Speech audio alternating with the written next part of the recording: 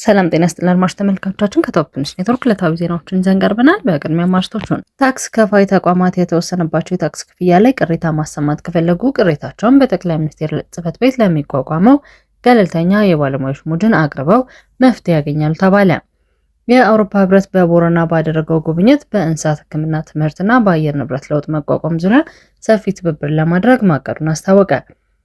የጠንካራ ተቋማት አለመኖርና የፍትህ ስርዓቱ መዳከም የህገ መንግስቱ ድንጋጌዎች በአግባቡ እንዳይተገበሩ እንቅፋት መፍጠሩን ተገለጸ።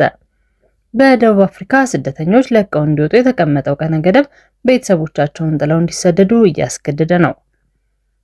ቻይና በጦርነት ሳቢያ ኢኮኖሚዋ ለወደቀው ሱዳን የ$50 ሚሊዮን ዕዳ ሰረዘች።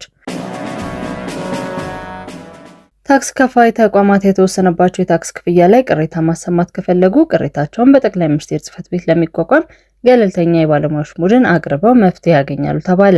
የህዝብ ተወካዮች ምክር ቤት ባከናወነው መደበኛ ስብሰባ የፌዴራል የፕላን በጀትና ፋይናንስ ጉዳዮች ቋሚ ኮሚቴ የፌዴራል ታክስ አስተዳደር አዋጅ ቁጥር 983/2008ን ለማሻሻል የቀረበው ረቂቅ አዋጅ በተመለከተ ያቀረበው የውሳኔ ሀሳብና ማሻሻያ በማድመጥ በአብላጫ ድምፅ አጽድቆታል።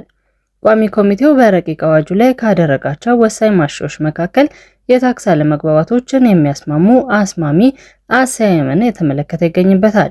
በመጀመሪያው ረቂቅ ላይ አስማሚው በታክስ ባለስልጣኑ እንዲሰየም ተደንግጎ የነበረ ቢሆንም ቋሚ ኮሚቴው ገለልተኝነትን ለማረጋገጥ ሲባል አስማሚው በጠቅላይ ሚኒስትር ጽሕፈት ቤት እንዲሰየም በሚል ማሻሻያ አድርጎበታል።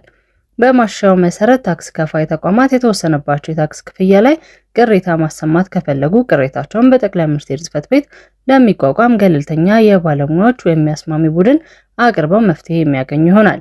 ሌላኛው ማሻሻያ የቀረበው አዲስ ማስረጃን ከማቅረብ ጋር ተያይዞ የሚጣልን ቅጣት የሚመለከት ነው። ታክስ ከፋዮች በታክስ አወሳሰን ወቅት ያላቀረቡት በኋላ ላይ በታክስ ዕዳ ላይ ከፍተኛ ለውጥ የሚያመጣ አዲስ ማስረጃ ሲያቀርቡ የሚጣልባቸው ቅጣት እንዲሻሻል ተደንግጓል። በዚህም መሰረት ታክስ ከፋዩ ሊከፈል ከሚገባው የታክስ ዕዳ ላይ 10% ቀድሞ 20% የነበረውን ቅጣት እንዲከፍል በማሻሻያው ተደንግጓል።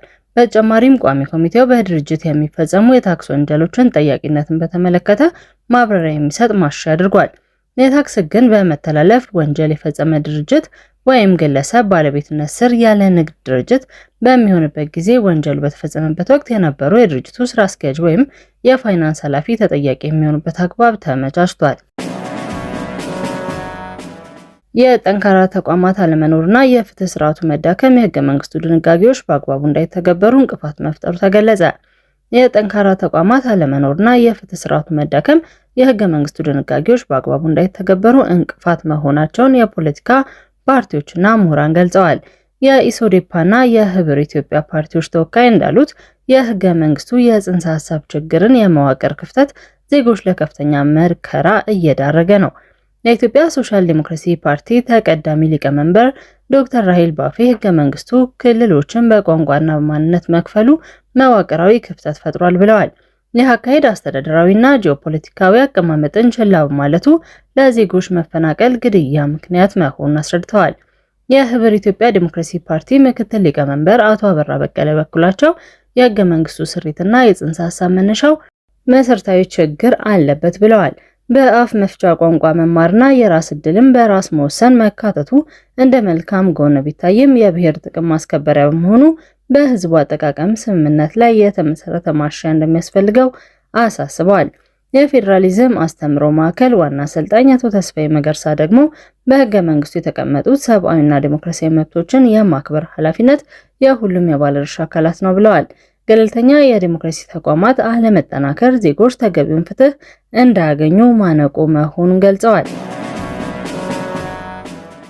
የአውሮፓ ህብረት በቦረና ባደረገው ጉብኝት በእንስሳት ሕክምና ትምህርትና በአየር ንብረት ለውጥ መቋቋም ዙሪያ ሰፊ ትብብር ለማድረግ ማቀዱን አስታወቀ።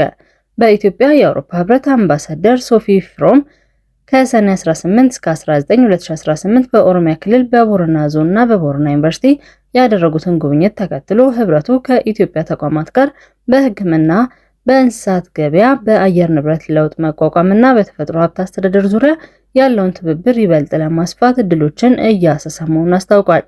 በኢትዮጵያ የአውሮፓ ህብረት ልዑክ ባወጣው መግለጫ አምባሳደሯ በኤልወዬ ወረዳ የሚገኘውን በአውሮፓ ህብረት የሚደገፈውን የእንስሳት ሕክምና ክሊኒክ የጎበኙ ሲሆን በዚህም ለአርብቶ አደሩ ማህበረሰብ የሚሰጠውን የእንስሳት ጤና አገልግሎት ለማሻል የተነደፉ ፕሮጀክቶችን ተመላክተዋል።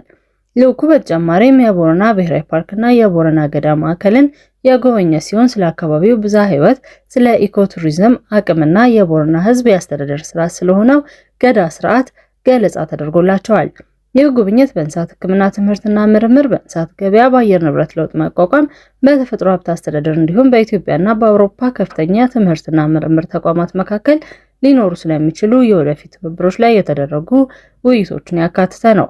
ልዑኩ በኢትዮጵያ አካታችና ዘላቂ ልማትን ለማስፈን እንዲሁም የማህበረሰብ የመቋቋም አቅምና የኑሮ መሰረትን ለማሻል ከኢትዮጵያ ተቋማትና ማህበረሰቦች ጋር በጋራ ለመስራት ቁርጠኝነት በድጋሚ አረጋግጧል ሲል የአውሮፓ ህብረት ልዑክ አስታውቋል።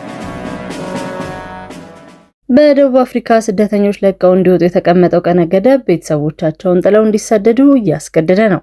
በደቡብ አፍሪካ ውስጥ በስደተኞች ላይ የሚሰነዘረው ጥላቻና ተቃውሞ እያየለ መምጣቱን ተከትሎ ማላዊያን ጆን አለን ጥቂት አልባሳትን በቦርሳ ውስጥ በመክተት የደቡብ አፍሪካ ዜጋ ከሆነችው የህይወት አጋሩና ከ1 ዓመት ልጁ ጋር በድንጋጤ ስሜት ከሀገሪቱ የሚያስወጣውን አውቶቡስ ለመያዝ ተነሳ። አለም በአሁኑ ወቅት ሰነድ የሌላቸው የውጭ ሀገር ዜጎች በሙሉ ሀገሪቱን ለቀው እንዲወጡ ጸረ ስደተኛ ቡድኖቹ ባስቀመጡት ይፋዊ ባልሆነ የሰኔ 23 ቀን ገደብ መሰረት ጊዜው ሳይጠናቀቅ ለመውጣት ተስፋ በማድረግ በደርባን ከተማ ለቀናት በቆየው ጊዜ መጠለያ ውስጥ ከሌሎች በሺዎች የሚቆጠሩ ስደተኞች ጋር አብሮ ለመሳፈር በመጠባበቅ ላይ ይገኛል። ባለፉት ሳምንታት ጸረ ስደተኛ ተቃውሞች በአካባቢው ከፍተኛ ሁኔታ መንቀሳቀሳቸውን የሚገለጽ ሲሆን በሰፈር ውስጥ የሚኖሩ አንዳንድ የውጭ ሀገር ዜጎች ከፍተኛ ድብደባ እየተፈጸመባቸውና በአሁኑ ወቅት በአካባቢው የነበሩ ስደተኞች በሙሉ በማለት በሚቻል ሁኔታ መውጣታቸው ተነግሯል። ቻይና በጦርነት ሳቢያ ኢኮኖሚዋ ለወደቀው ሱዳን የ50 ሚሊዮን ዶላር ዕዳ ሰረዘች። ሱዳንና ቻይና 344 ሚሊዮን ዩዋን ወይም 50 ሚሊዮን የአሜሪካን ዶላር ዋጋ ያላቸውን 4 የወለድ ነፃ የቻይና ብድሮችን ለመሰረዝ ስምምነት ተፈራርመዋል።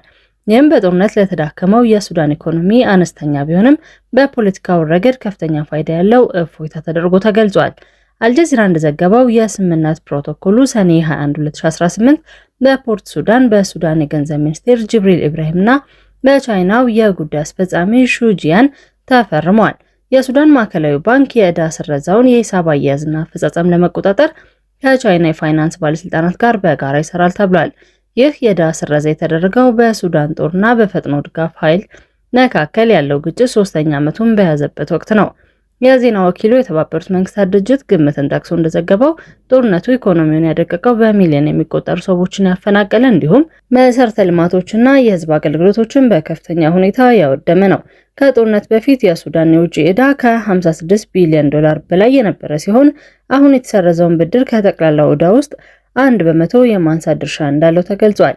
ባለስልጣናት በማዕቀብና በፖለቲካዊ ማግለል ምክንያት የውጭ ፋይናንስ አማራጮችን እጅግ በተገደቡበት በዚህ ወቅት ስምምነቱ እንደ ቅጽበታዊ በጀት እፎይታ አድርገው ወስደውታል።